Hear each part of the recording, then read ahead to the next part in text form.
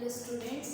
So in today's session we are going to study about our chapter 2 microorganism friend and foe lecture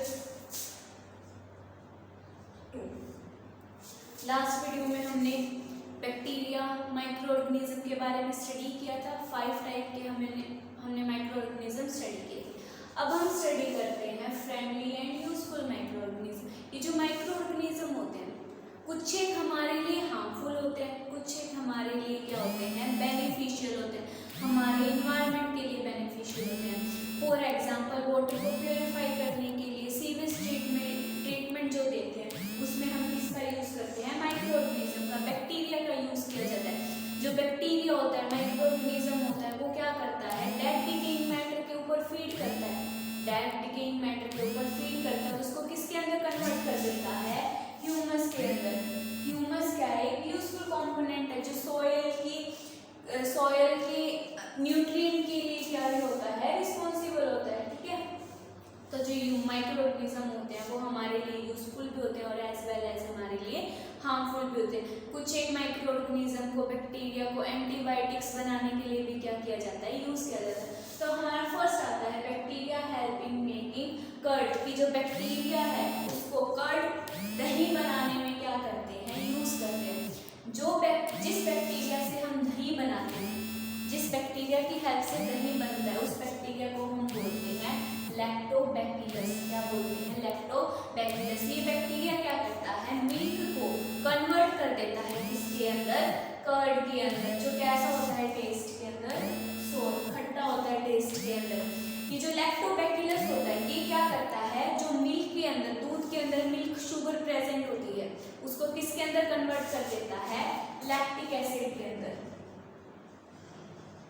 ठीक है, milk जो sugar present होगी उसको इस bacteria ने क्या कर दिया लैक्टिक एसिड के अंदर कन्वर्ट कर दिया, जो मिल्क को क्या बना देता है थिक बना देता है और टेस्ट के अंदर क्या बना देता है उसको सोर बना देता है। ठीक है, ये जो लैक्टोबैक्टीरियस होता है ये क्या करता है मिल्क शुगर को कन्वर्ट करता है किसके अंदर लैक्टिक एसिड के अंदर, जिसकी वजह से जो हमारा मिल्क होता है वो थिकर हो जाता है और टेस्ट में क्या हो जाता है सोर हो जाता है। सेकंड आता है माइक्रोऑर्गेनिज्म हमारा यीस्ट। यीस्ट जो होता है वो ब्रेड बनाने में क्या होता है यूज किया जाता है। ठीक है, ब्रेड बनाने के लिए हमें क्या क्या इंग्रेडिएंट चाहिए होते हैं फ्लोर वाटर यीस्ट मिल्क और शुगर। इन सब इंग्रेडिएंट को मिक्स करके एक डफ तैयार कर लिया जाता है जिसमें जो यीस्ट होती है वो क्या करती है जो शुगर प्रेजेंट होती है उसको क्या कर लेती है एंगल्फ कर लेती है, उसको खा लेती है और वहां से क्या प्रोड्यूस करती है कार्बन डाइऑक्साइड गैस प्रोड्यूस करती है। कार्बन डाइऑक्साइड गैस जो क्या करेगी जो हमारा डफ बना है उसमें क्या करती है गैस बबल्स की फॉर्म में क्या होती है प्रोड्यूस होती है। जब हम इसको बेक करते हैं जो हमारा डफ आया है जब हमने उस डफ को बेक्ड किया उस टाइम पे जो ये गैस बबल्स बने थे ये क्या हो जाते हैं ब्रस्ट आउट हो जाते हैं, फट जाते हैं, वहाँ से जो कार्बन डाइऑक्साइड गैस होती है वो क्या हो जाती है निकल जाती है, जिसकी वजह से जो हमारा ब्रेड था वो क्या हो गया वेट में लाइट हो गया और वो राइज हो गया। तो यीस्ट हेल्प करती है हमारी ब्रेड मेकिंग में। थर्ड आता है yeast help in making brewing alcohol. Alcohol बनाने के लिए भी हम क्या करते हैं यीस्ट का यूज करते हैं। जिस मेथड से एल्कोहल बनती है प्रोड्यूस होती है उस प्रोसेस को बोलते हैं फर्मेंटेशन। क्या बोलते हैं फर्मेंटेशन। इसमें क्या होता है जो यीस्ट होता है वो क्या करता है कार्बोहाइड्रेट जो हमारी प्रेजेंट है जो ग्लूकोज प्रेजेंट है उसको कन्वर्ट कर देता है एल्कोहल के अंदर। Like yeast plus glucose, glucose क्या है हमारी कार्बोहाइड्रेट, इसने उस कार्बोहाइड्रेट को किसके अंदर कन्वर्ट कर दिया alcohol plus CO2 carbon dioxide. जो एल्कोहल है ये हमारा क्या है इथेनॉल,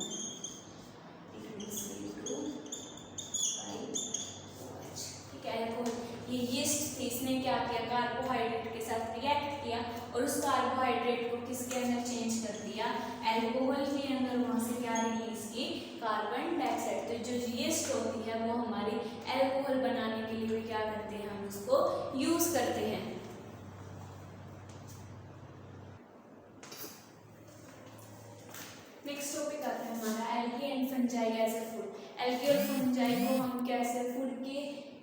वे में भी क्या करते हैं, ईट करते हैं। कुछ एक जो एल्गी होती है उसका यूज़ किया जाता है क्या बनाने के लिए, चीज़ बनाने के लिए।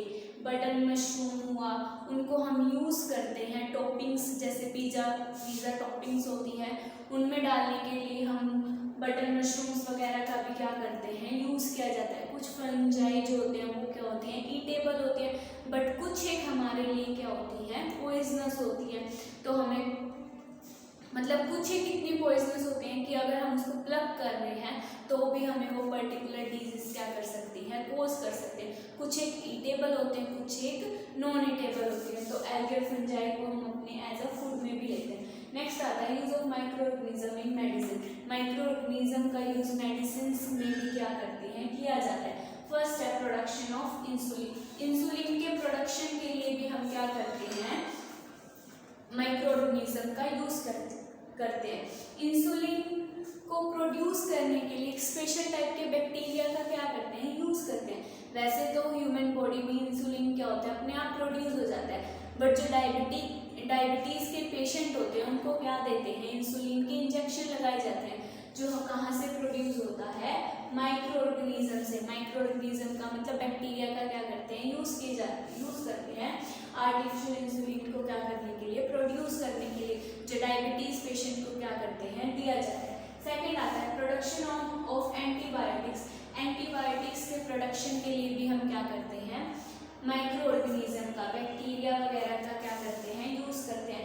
एंटीबायोटिक्स क्या होते हैं, वो सब्सटेंस होते हैं जो बैक्टीरिया क्या करता है, प्रोड्यूस करता है माइक्रो ऑर्गेनिज्म की ग्रोथ को कंट्रोल करने के लिए। तो एंटीबायोटिक्स क्या है, हमारा एक ऐसा सब्सटेंस है जो माइक्रो ऑर्गेनिज्म प्रोड्यूस करते हैं, जो क्या करता है, माइक्रो ऑर्गेनिज्म की बैक्टीरिया वगैरह की ग्रोथ को क्या करता है, इनिबिट करता है, रोकता है। फर्स्ट जो एंटीबायोटिक्स प्रोड्यूस हुई थी वो एक फंगस से हुई थी जिसका नाम है पेनिसिलिन। ठीक है, उस एंटीबायोटिक का नाम है पेनिसिलिन। ये क्या है, एक एंटीबायोटिक है जो डिजीज को कंट्रोल, माइक्रो ऑर्गेनिज्म की ग्रोथ को कंट्रोल करने के लिए क्या करते हैं, पेशेंट को दी जाती है। थर्ड आती है एंटीबायोटिक्स जब ह्यूमन ले रहा है उस टाइम पे उसको कुछ प्रिकॉशंस भी क्या करनी चाहिए, फॉलो करनी चाहिए। Antibiotic should be taken only और एडवाइस ऑफ डॉक्टर। एंटीबायोटिक सिर्फ डॉक्टर की एडवाइस पर ही हमें क्या करनी चाहिए, लेनी चाहिए। सेकेंड है it should be taken in correct dose. Antibiotic का अगर हम इनटेक करें वो एक करेक्ट डोज के अंदर होना चाहिए। ये नहीं होना चाहिए कि एक के बाद एक एंटीबायोटिक्स हम लिए जा रहे हैं। ज़्यादा एंटीबायोटिक्स लेने से क्या होता है, हमारी बॉडी में जो यूजफुल बैक्टीरिया प्रेजेंट होते हैं वो क्या हो जाते हैं, किल आउट हो जाते हैं। अवॉइड एक्सेस यूज, इसका एक्सेस यूज को हमें क्या करना चाहिए, अवॉइड करना चाहिए। एक किल यूजफुल बैक्टीरिया, जो एंटीबायोटिक्स होती है ये क्या करती हैं, अगर हम एक्सेस में लेते हैं तो यूजफुल बैक्टीरिया को क्या कर देती हैं, किल कर देती हैं, मार देती हैं। तो एंटीबायोटिक्स क्या करती हैं, inhibits the growth of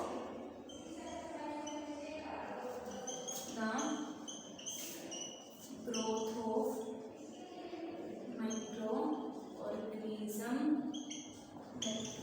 bacteria और माइक्रो ऑर्गेनिज्म की ग्रोथ को क्या करती है, हमारी बॉडी में इनहिबिट करती है।